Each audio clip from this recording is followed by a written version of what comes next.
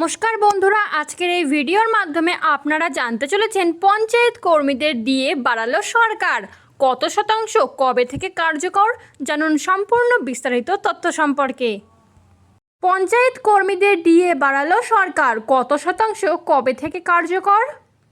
ত্রিস্তর পঞ্চায়েত ব্যবস্থার কর্মী ও পেনশনভোগীদের জন্য বড় ঘোষণা করল নবান্ন।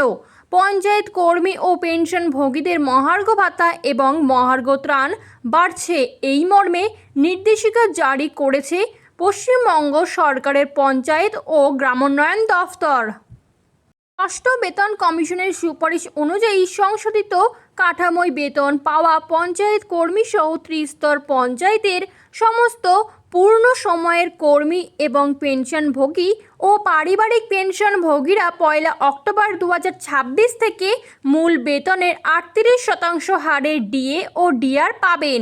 ডিএ হিসাবের ক্ষেত্রে মূল বেতন এবং এনপিএ বিবেচনা করা হবে, অন্য কোনো ভাতা এই হিসাবের অন্তর্ভুক্ত হবে না।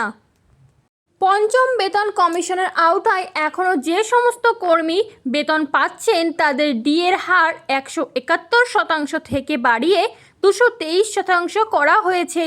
একইভাবে আরওপিএ 2009 অনুযায়ী প্রাক সংশোধিত হারে পেনশন বা পারিবারিক পেনশন পাওয়া ব্যক্তিরাও 223% হারে ডিআর পাবেন।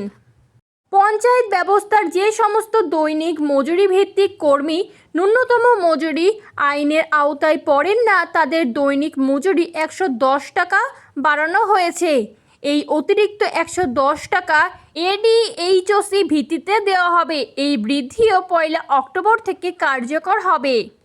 অর্থাৎ 1 অক্টোবর থেকে নতুন হারে ডিএ ও ডিআর পাওয়ার পাশাপাশি নির্দিষ্ট শ্রেণীর দৈনিক মজুরি ভিত্তিক কর্মীরাও অতিরিক্ত 110 টাকা করে পাবেন। এর ফলে ত্রিস্তর পঞ্চায়েতের কর্মী, পেনশনভোগী এবং সংশ্লিষ্ট দৈনিক মজুরি ভিত্তিক কর্মীদের আর্থিক সুবিধা বাড়বে। এরকমই নতুন সরকারের নতুন এবং গুরুত্বপূর্ণ তথ্য সবার আগে পেতে চ্যানেলটি সাবস্ক্রাইব করে বেল বাটনটি প্রেস করে চ্যানেলটির সাথে যুক্ত থাকুন।